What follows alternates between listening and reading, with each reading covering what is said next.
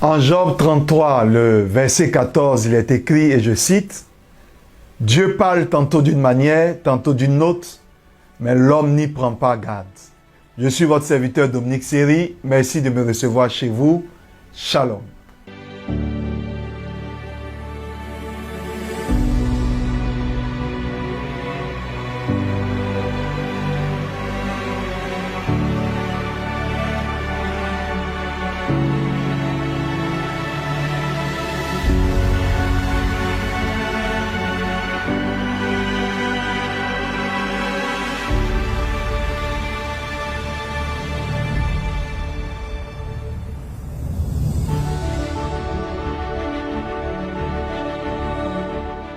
Les situations dans lesquelles les parents se trouvent avant de recevoir un enfant devraient normalement les aider à découvrir l'identité réelle de leurs enfants.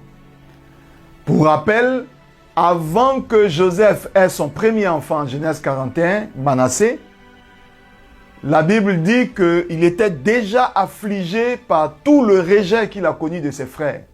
C'est ce qui justifie le nom qu'il a donné à son enfant Manassé. Dieu m'a fait oublier toutes les peines de la maison de mon père. Avant que Ève ne mette au monde son fils Seth, elle avait perdu son bien-aimé fils Abel qui avait été assassiné par son frère Caïn. Et elle lui a donné le nom Seth pour dire « Dieu a remplacé Abel que Caïn a tué ». Elle n'avait pas encore fait le deuil de son fils et ça lui a permis de savoir quelle était la qualité de l'enfant qui venait. C'est pareil, Anne était moquée par sa rivale Pénina.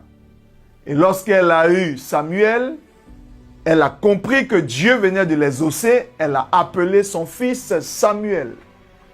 Je peux aussi vous prendre l'exemple de Agar. Elle était maltraitée par sa maîtresse Sarah.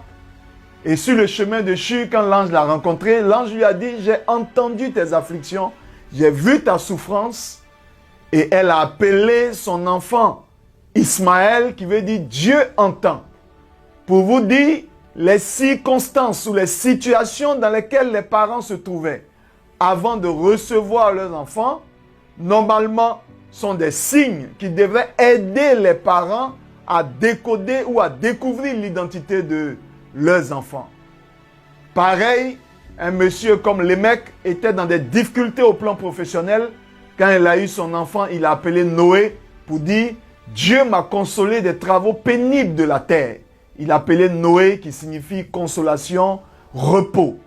Pour vous dire, la situation dans laquelle les parents se trouvaient a donné une inspiration à ses parents. Mieux, elle a donné de découvrir, de connaître qui ses enfants étaient. Généralement, quand les parents se trouvent dans des situations difficiles, les enfants qu'ils reçoivent sont des enfants du type consolateur. Nous y reviendrons dans nos prochaines vidéos pour que vous comprendrez au mieux ce que c'est qu'un enfant consolateur.